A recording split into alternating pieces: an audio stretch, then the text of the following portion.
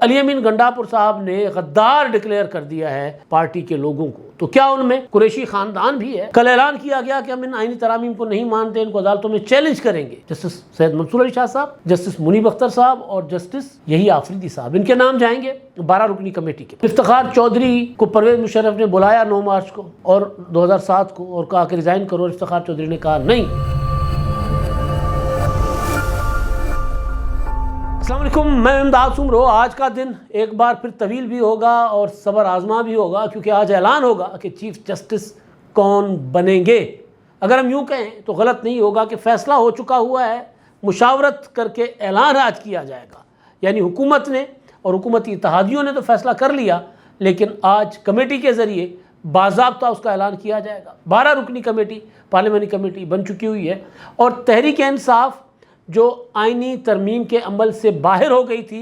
وہ کمیٹی میں آ گئی ہے۔ ایک طرح سے پی ٹی آئی کی ہو گئی ہے واپسی، اور یہ واپسی ایک مثبت عمل ہے، اور یہ مثبت نتیجہ عمران خان صاحب پر ملاقاتوں پر پابندی جو ہے اس کی وجہ سے سامنے آیا ہے۔ یعنی عمران خان کی ملاقاتیں بند ہیں اور ایک مثبت نتیجہ آ گیا۔ اس سے پہلے بھی مثبت نتائج آ چکے ہوئے ہیں۔ تو ایک تو ان معاملات پر بات کریں گے، دوسرا تحریک انصاف چلانے جا رہی ہے، وکلا چلانے جا رہے ہیں، یوم نجات منانے جا رہے ہیں، اور علی امین گنڈاپور صاحب نے غدار ڈکلیئر کر دیا ہے پارٹی کے لوگوں کو۔ تو کیا ان میں قریشی خاندان بھی ہے، شاہ محمود قریشی اور ان کے صاحبزادے بھی ہیں، یا علی امین گنڈاپور کسی اور کو غدار ڈکلیئر کر کے میں نہیں چھوڑوں گا کی دھمکیاں دے رہے ہیں، یا پھر یہ کہ علی امین گنڈاپور جن پر خود غداری کے الزامات لگ رہے تھے وہ اپنے دامن سے داغ جو لگے ہیں ان کے دامن پر، وہ چھپانے کے لیے کسی اور کو غدار کہہ رہا ہے، جو کہتے ہیں کہ چور کا شور چور ہی کرتا ہے۔ تو کیا علی امین گنڈاپور کا یہ شور اس وجہ سے ہے؟ ان سارے معاملات پر بات ہوگی۔ اور ایک چیز کہ عمران خان صاحب سے ملاقات کے لیے کیوں نہیں پی ٹی آئی زور دے رہی، دوبارہ صرف ڈاکٹر سے ملاقات کی درخواست کیوں دائر کی گئی ہے؟ اور آج جو فیصلہ ہوگا، آج جو اعلان ہوگا چیف جسٹس کون بنے گا، تو اس اعلان سے پہلے پورا دن اضطراب میں کون گزارے گا، کون پریشان ہوگا سارا دن، عمران خان صاحب یا کوئی اور؟ کیونکہ عمران خان صاحب تو جیل میں ہیں، اور بقول عمران خان صاحب کے کہ ان کو تو اخبار بھی نہیں ملتا، لیکن بہرحال کسی نہ کسی شکل میں وہ انفارم ہوں گے یا ان کو معلومات مل جائے گی۔ لیکن کوئی اور بھی ہے جو بہت زیادہ مضطرب ہوگا، جو بہت زیادہ پریشان ہوگا۔ ان سارے معاملات پر گفتگو کریں گے، اور آغاز کمیٹی سے کر لیتے ہیں۔ کل تحریک انصاف فائنلی جس عمل سے باہر ہو گئی تھی اس عمل میں واپس آ گئی۔ یعنی پی ٹی آئی آئینی ترامیم کو نہیں مان رہی تھی، لیکن اس آئینی ترامیم کے وجہ سے جہاں کوئی پروٹوکول ملے، جہاں کوئی عزت ملے تو وہ لے لیتے ہیں، انہوں نے وہ لے لی۔ بالکل اسی طرح کہ انتخابات کو نہیں مانا لیکن اپوزیشن لیڈر بن کر بیٹھ گئے، کمیٹیاں بھی لے لی۔ بالکل اسی طرح نیب ترامیم کو نہیں مانا، لیکن نیب ترامیم سے جو ریلیف ملنا تھا سب سے پہلے درخواست عمران خان صاحب نے دی۔ کل بھی یہی ہوا۔ کل اعلان کیا گیا کہ ہم ان آئینی ترامیم کو نہیں مانتے، ان کو عدالتوں میں چیلنج کریں گے، لیکن عدالتوں میں چیلنج کرنے کا اعلان کرنے والے حامد خان صاحب خود کھڑے ہو گئے چیف جسٹس منصور علی شاہ صاحب کے سامنے انٹرا پارٹی الیکشن کے معاملے میں کہ حضور آپ یہ مقدمہ نہ سنیں، وجہ یہ ہے کہ نیا قانون بن گیا ہے، نئی آئینی ترمیم آ گئی ہے، تو لہٰذا آئینی بینچ بنے گا تو یہ معاملہ آئینی بینچ میں جائے گا، آپ نہ سنیں۔ تو چیف جسٹس صاحب نے کہا کہ جی مجھے تو نہیں پتہ کہ کیا ہوا ہے کیا نہیں ہوا، میرے پاس ابھی کوئی ایسا کاغذ پتر نہیں آیا۔ تو تب تک تو صدر نے دستخط نہیں کیے تھے، تب تک آئینی ترمیم پارلیمنٹ سے منظور تو تھی لیکن نافذ نہیں ہو چکی ہوئی تھی۔ تو لہٰذا چیف جسٹس صاحب نے انٹرا پارٹی الیکشن کی جو درخواست تھی اس پر انہوں نے دلیل نہیں دیے، گفتگو نہیں کی حامد خان صاحب اور پی ٹی آئی کے وکلا نے، تو انہوں نے وہ مسترد کر دی، خارج کر دی۔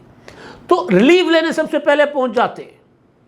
اور کمیٹی میں بھی سب سے پہلے پہنچ گئے۔ کمیٹی جو بنی ہے 12 رکنی چیف جسٹس کے تقرر کے لیے، 3 سینئر موسٹ جج صاحبان کے نام چیف جسٹس قاضی فائز صاحب بھیجیں گے اگلے چیف جسٹس کے لیے،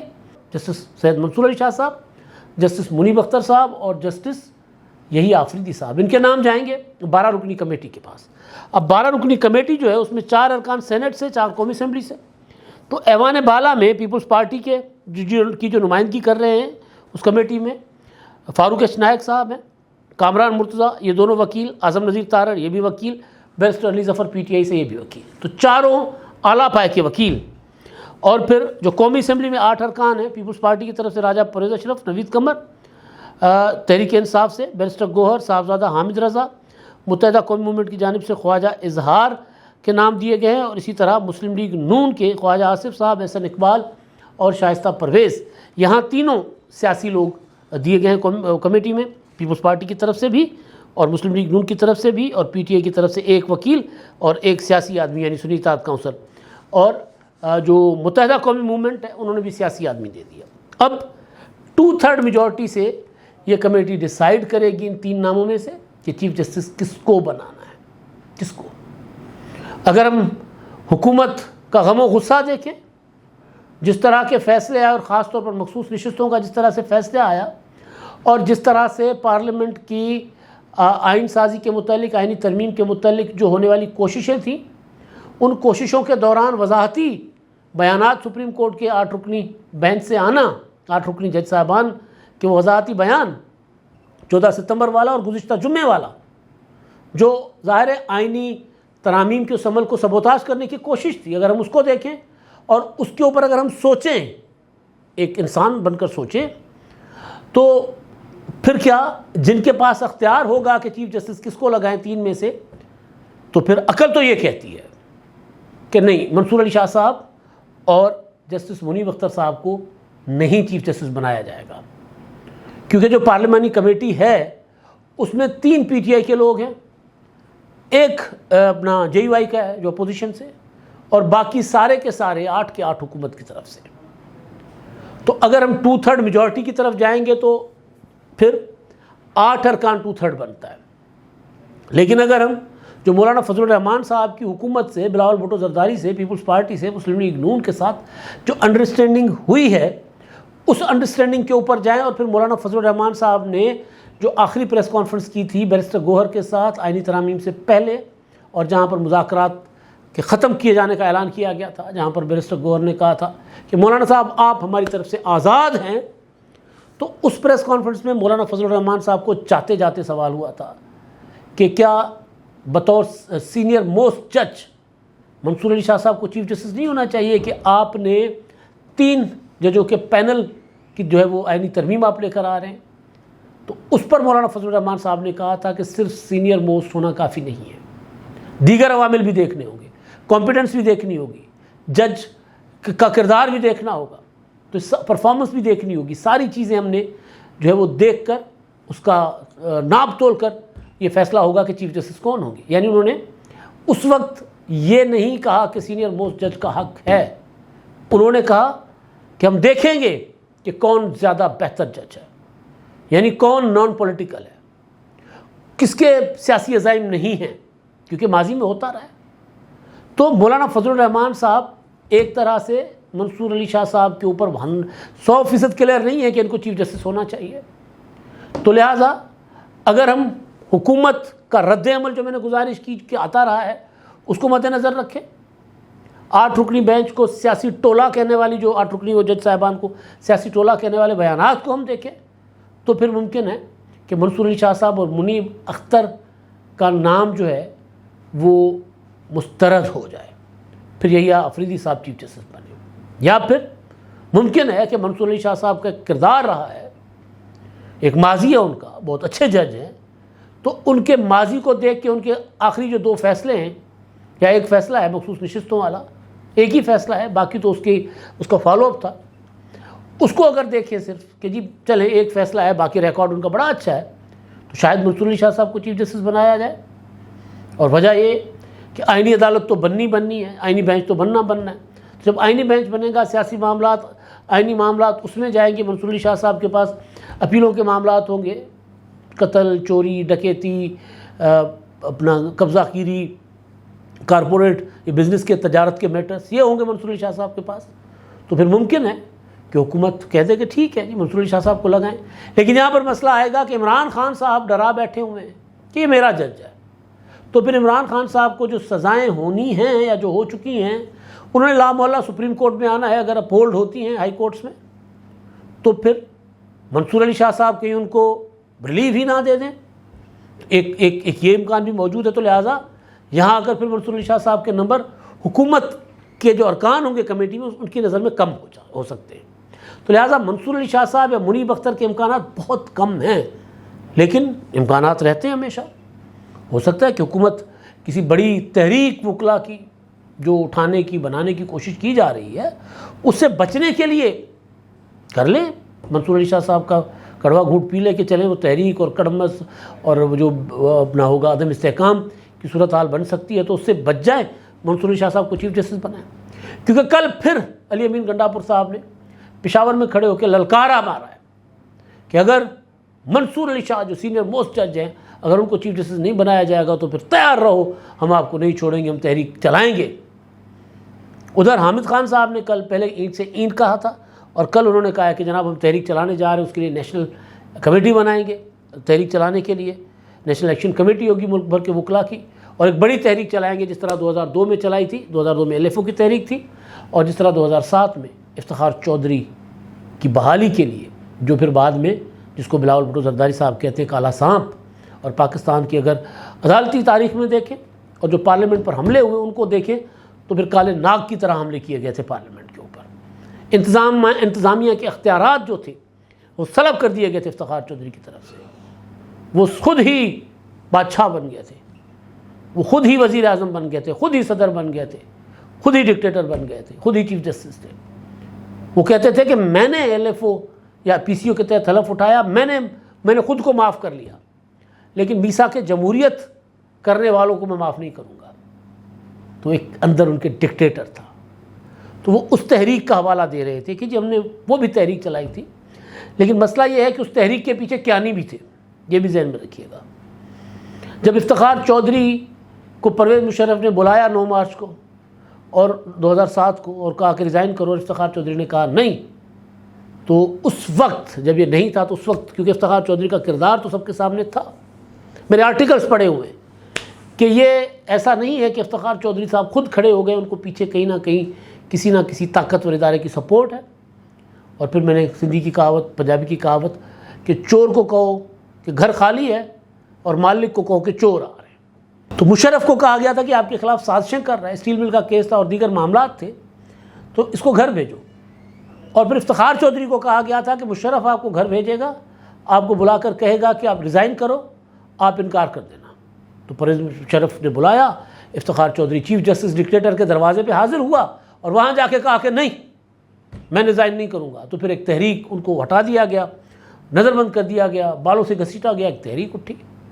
اس تحریک کو کئی طرح سے سپورٹ حاصل تھی. تو لہٰذا اب وہ صورتحال نہیں ہے. اب وکلا ڈیوائیڈڈ ہے. اعظم نذیر کا گروپ ہے، احسن بون کا گروپ ہے، بذات خود فاروق ایچ نائک جو ہیں وہ پاکستان بار کونسل میں ہیں. تو ایک بڑی ڈیوائیڈ وکلا کے اندر ہے. ہو سکتا ہے کچھ وکلا نکلے، ہو سکتا ہے تحریک چل بھی جائے، کچھ نہیں کہا جا سکتا. لیکن حامد خان صاحب کہتے ہیں کہ جی نہیں ہم یہ چلنے نہیں دیں گے، ہم یہ آئینی ترمیم رد کروائیں گے. تو اس کے لیے بھی وہ انہوں نے اعلان کیا ہے 25 اکتوبر جس دن چیف جسٹس ریٹائر ہو رہے ہیں قاضی فائزہ صاحب، اپنے شاندار کیریئر کا اختتام کر رہے ہیں، تو اس دن یہ یوم نجات منا رہے ہیں. اس دن یوم نجات یعنی پاکستان کے فائن ترین اور بہادر ترین چیف جسٹس کی ریٹائرمنٹ کو یوم نجات کے طور پر منائیں گے. ٹھیک ہے، وہ جن کی دکانداریاں تھیں ان کو نجات ملی کیونکہ چیف جسٹس قاضی فائز عیسیٰ صاحب ان کے سامنے دب نہیں رہے تھے، ان کے سامنے جھک نہیں رہے تھے، کھڑے ہوئے تھے ڈٹ کے. تو بہرحال ان سے یوم نجات. اور وہ تحریک چل سکتی ہے کہ نہیں ایک الگ بات. لیکن ایک اور چیز، میں آتا ہوں ملاقات پر بھی عمران خان صاحب کی، اور پھر وہ جو علی امین گنڈاپور نے غدار کہا ہے، انہوں نے کہا کہ جی یہ جنہوں نے ووٹ دیا یا نہیں دیا، لیکن جنہوں نے عمران خان کی پیٹھ میں چھرا گھونپا وہ غدار ہے. اب کچھ لوگوں نے ووٹ دیا، سامنے آ گئے، 5 لوگ سامنے آ گئے، چودھری الیاس تھے، اپنا وہ کیا مبارک گلزیب، اسی طرح 3 لوگ اور ہیں جنہوں نے ووٹ کیا آئینی ترمیم کے حق میں. لیکن الزام لگایا گیا کہ زین قریشی بھی غائب ہے، لاپتہ ہے. اور پھر وہ سامنے آ گیا، اس کے لیے کہا گیا کہ وہ بھی پارلیمنٹ پہنچا ہوا تھا ووٹ ڈالنے کے لیے. اس نے بیان جاری کیا کہ جی میں تو پارلیمنٹ سے دور قریب بھی نہیں بھٹکا، میں تو بہت دور تھا، لیکن اس کے باوجود اس کے اوپر بھی الزام ہے. تو یہ غداری کا جو فتویٰ علی امین گنڈاپور دے رہے ہیں، جن کے اوپر خود غداری کے فتوے لگ رہے ہیں، پارٹی کے لوگ، پارٹی کے PTI کے بلاگرز کہتے ہیں گنڈا پور تو بار بار عمران خان کی پیٹھ پہ چھرا گھونپ رہے ہیں۔ عمران خان اب چاہتے ہیں کہ گنڈا پور آ کر ملاقات کریں، گنڈا پور ملاقات کے لیے جاتے نہیں، درخواست ہی نہیں دیتے۔ پہلے گنڈا پور صاحب بطور وزیر اعلیٰ درخواست دیتے تھے، حکومت ملاقات کروا دیتی تھی، اب وہ درخواست نہیں دے رہے، اب نہیں جا رہے۔ 5 اکتوبر کو غائب ہو گئے تھے، اس کے بعد عمران خان کی طرف وہ نہیں جا رہے۔ عمران خان پوچھیں گے کہ کدھر گئے تھے 30 گھنٹے، پوچھیں گے کہ 15 اکتوبر کو کیوں نہیں اسلام آباد آئے، پوچھیں گے کہ 5 اکتوبر کو ڈی چوک پہنچنے سے پہلے کیوں دوڑ گئے، پوچھیں گے عمران خان صاحب۔ تو لہٰذا گنڈا پور صاحب کو پارٹی کی صفوں میں اور پارٹی کے جو پروپیگنڈسٹ ہیں، ولاگ کرتے ہیں، ٹویٹس ہیں، وہ علی امین گنڈا پور کو کہتے ہیں غدار۔ اب علی امین گنڈا پور اس داغ کو چھپانے کے لیے جو ان کے دامن پہ لگانے کی کوشش کی جا رہی ہے، اس سے بچنے کے لیے وہ دوسروں کو غدار کہہ رہے ہیں، اور اس کے لیے گنڈا پور صاحب کو شاید ایک بڑا قد کاٹ کا لیڈر یا اس کا خاندان چاہیے۔ تو یہ جو کہہ رہے ہیں کہ کسی نے ووٹ ڈالا یا کسی نے ووٹ نہیں ڈالا آئینی ترمیم کے حق میں، وہ غدار ہے۔ تو شاید یہ اس طرف بات کر رہے ہیں۔ اچھا جی، اب کیونکہ میں نے کہا کہ طویل انتظار، طویل، کون مضطرب ہوگا، کون پریشان ہوگا؟ ڈیفینیٹلی پی ٹی آئی والے بہت زیادہ پریشان ہوں گے۔ جس طرح حامد خان کہہ رہے ہیں کہ جی ہم تو تحریک چلائیں گے، علی امین گنڈا پور کہہ رہے ہیں کہ ہم نے تو پھر مطلب پڑھ دینا سارا کچھ، وہ یہ کہہ رہے ہیں ہم نے سارا کچھ نہیں چھوڑنا ہم نے۔ تو ایک تو پی ٹی آئی والے عمران خان اور دیگر مضطرب ہوں گے کہ چیف جسٹس کون بنے گا، کیونکہ عمران خان نے کہا ہے کہ منصور علی شاہ صاحب آئیں گے تو مجھے وزیر اعظم بنائیں گے، وہ یہی کہہ رہے ہیں نا۔ تو وہ بھی بے چین اور پریشان ہے، لیکن ظاہر ہے سب سے زیادہ مضطرب، سب سے زیادہ اضطراب منصور علی شاہ صاحب کو ہوگا، کیونکہ منصور علی شاہ صاحب نے پھونک کر زندگی بھر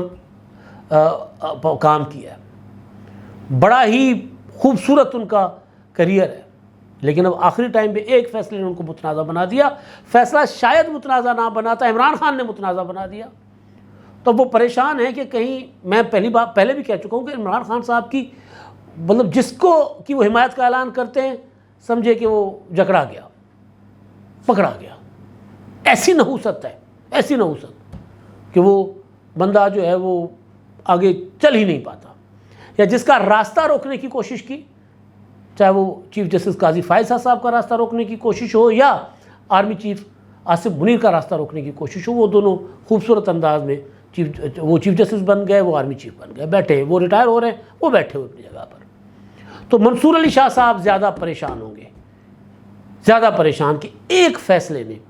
اور ایک لیڈر کے امکانہ بیانات نے ان کو چیف جسٹس بننے سے کہیں روک تو نہیں دیا۔ بنیں گے یا نہیں بنیں گے، فیصلہ پتہ نہیں کیا ہوتا ہے، لیکن ایک چیز ہے کہ فیصلہ قیادت کی حد تک ہو چکا ہوا ہے۔ قیادت اپنی کمیٹی کے ارکان کو بتائے گی کہ جی آپ نے کس کا فیصلہ کرنا ہے، کس کا نام جا کے لینا ہے۔ تو وہاں پر مولانا فضل الرحمان صاحب ایک انڈرسٹینڈنگ کے تحت حکومت کے ساتھ ہوں گے، 9 ووٹ ادھر ہیں، 3 ووٹ ادھر ہیں، تو جو حکومت اور مولانا فضل الرحمان صاحب چاہیں گے وہ چیف جسٹس ہو جائیں گے، وہ منصور علی شاہ صاحب ہوتے ہیں یا کوئی اور۔ ایک اور بات جو میں نے کہا کہ دباؤ بننا شروع ہو گیا ہے پی ٹی آئی کے اوپر، کل جب آئینی ترامیم ہو گئیں اور پھر پی ٹی آئی کمیٹی میں شامل بھی ہو گئی، تو مایوس چہروں سے، کیونکہ یہ سیاسی عمل سے ناشنا لوگ ہیں، یہ بہت اچھا فیصلہ ہے پی ٹی آئی کی قیادت کا کہ چلیں ایک بس مس ہو گئی، دوسری آ رہی ہے، اس میں تو سوار ہو جاؤ۔ تو انہوں نے بہت اچھا فیصلہ کیا، بے شک کمیٹی میں جا کر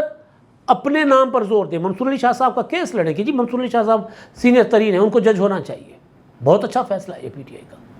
لیکن اب وہ جو پی ٹی آئی کی طرف سے پھیلائے گئے انتشار سے ڈالر کماتے ہیں، وہ یہ کہہ رہے ہیں، وہ مایوس ہیں، ان کے چہرے مایوس ہیں کہ یہ کیا ہو گیا، آپ نے آئینی ترمیموں میں تو حصہ نہیں لیا تھا، عمران خان کی ہدایت تھی، تو جب آئینی ترمیم میں حصہ نہیں لیا، ووٹ نہیں دیا، بائیکاٹ کیا، تو اس کے تحت بننے والی کمیٹی کا حصہ کیوں بن رہا ہے؟ آپ عمران خان کو بیچ رہے ہیں۔ اب وہ یہ مشورہ دے رہے ہیں کہ پی ٹی آئی کو چاہیے کہ اب پورے سسٹم سے باہر نکلے، آؤٹ ہو جائے، باہر ریزائن کر کے باہر آ جائے، حکومت توڑ دے۔ اس طرح کی اب آوازیں پی ٹی آئی کے جو سوشل میڈیا انفلوئنسرز ہیں وہ کسنا شروع ہو گئے ہیں، اس طرح کا دباؤ ڈالنا شروع ہو گئے ہیں۔ اگر عقل ہوگی، اگر مت ہوگی، تو پھر عمران خان صاحب اور پی ٹی آئی ان کی اس طرح کی ہلاشیری میں نہیں آئیں گے۔ ماضی میں انہوں نے ریزائن کروایا تھا قومی اسمبلی سے، انہوں نے پنجاب اور کے پی کی اسمبلی توڑی تھی، پھر دلیل و خوار پی ٹی آئی ہو گئی، عمران خان ہو گئے، اپنا پرویز الہی ہو گئے، اور وہ اپنے کوئی باہر بیٹھا ہوا ڈالر بنا رہا ہے، کوئی کدھر بیٹھا ہوا ڈالر بنا رہا ہے۔ میں نے آغاز میں بھی کہا پی ٹی آئی کا علی امین گنڈاپور کیوں نہیں ملاقات کے لیے جا رہے ہیں عمران خان صاحب کی طرف؟ کیوں کوئی ابھی تک درخواست نہیں آئی کہ ہمیں عمران خان صاحب سے ملاقات کرنے دی جائے؟ کیوں یہ شرط عائد نہیں کی جا رہی؟ ہو سکتا ہے آج یہ شرط عائد ہو کہ جی ہم نے کمیٹی میں بیٹھنے سے پہلے عمران خان سے ملنا ہے، ہو سکتا ہے، لیکن ظاہر ہے ملاقات نہیں ہوگی، نہیں کرنے دی جائے گی۔ لیکن ادھر دوسری طرف سے کوئی باضابطہ درخواست عدالت میں نہیں آئی۔ ایک درخواست آئی ہے کہ جی عمران خان صاحب کے جو ذاتی وکیل ہیں اور ذاتی ڈاکٹرز ہیں ان سے ان کی ملاقات کروائی جائے، اور اس میں جو ڈاکٹر فیصل سلطان صاحب ہیں، ڈاکٹر عاصم یوسف صاحب ہیں اور ڈاکٹر سمینہ نیازی صاحب، کہا جا رہا ہے کہ جی یہ عمران خان صاحب کے ذاتی معالجین ہیں اور ان کو عمران خان صاحب کی میڈیکل ہسٹری پتہ ہے، لہٰذا یہ میڈیکل چیک اپ کریں گے عمران خان صاحب کا، تو ان کو جانے دیا جائے۔